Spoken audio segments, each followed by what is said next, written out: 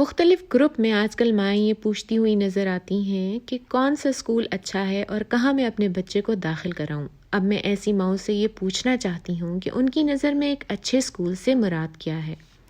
کیا اسکول میں نصابی سرگرمیاں اعلیٰ ہوں یا غیر نصابی سرگرمیاں کثرت سے ہوں، یا اسکول میں تمام سہولیات جیسے ہیٹر اور اے سی ہوں، یا اس کی فیس مناسب ہو، یا وہ اسکول بچے کو صبح سے شام تک رکھے اور ساری ذمہ داریاں جو ماں پر بچے کی ہیں وہ اٹھائے۔ اب اگر یہ بات کسی ماں سے پوچھی جائے تو شاید مشکل ہی سے وہ اس کا جواب دے پائے۔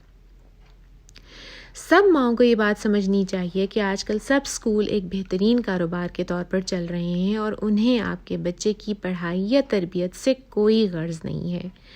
وہ بچے ان کے لیے صرف کلائنٹ کی حیثیت رکھتے ہیں۔ وہ صرف ماں باپ کو گھیرتے ہیں کہ آپ ہمارے اسکول میں اپنا بچہ داخل کرائیں اور یہاں آپ کے بچے کو غیر نصابی سرگرمیوں میں حصہ دلوائیں گے، ان کو کانفیڈنٹ بنائیں گے اور بچہ بہت اچھی انگریزی بولے گا اور انتہائی مشکل سلیبس جو کہ بہت مہنگا ہوتا ہے وہ دکھائیں گے، چاہے وہ بچے سے پڑھا جائے یا نہ پڑھا جائے، چاہے وہ بچے سے اٹھایا جائے یا نہ اٹھایا جائے، اس بیگ سے اس کی کمر ٹیڑھی ہو جائے۔ لیکن ماں باپ اس بات سے بہت امپریس ہو جاتے ہیں کہ جی آکسفورڈ کا سلیبس پڑھ رہا ہے، یہ جی انتہائی ڈیفیکلٹ سلیبس ہے، کسی اور اسکول میں پڑھایا نہیں جا رہا۔ اس کے علاوہ جب وہ لوگ اسکول والے پیپرز لیتے ہیں تو وہ بچوں کو اپنے حساب سے پاس کر دیتے ہیں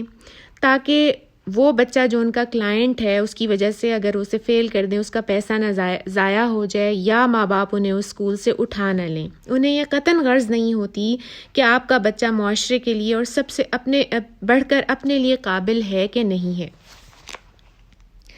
تو میری پیاری بہنوں، اپنے بچوں پر ظلم نہ کریں، اچھے اسکول کی دوڑ میں نہ لگیں، اپنے بچے کو 6 سال تک خود پڑھائیں اور اس پر خود توجہ دیں اور جو اسکول آپ کو گھر کے پاس مناسب لگے داخل کروا دیں۔ جب تک ہم اپنے بچوں پر خود توجہ نہیں دیں گے، خود ان کی تربیت نہیں کریں گے، ان کو خود وقت نہیں دیں گے، ہم انہیں نہ قابل بنا سکتے ہیں اور نہ اس معاشرے کے لیے فعال بنا سکتے ہیں۔ شکریہ۔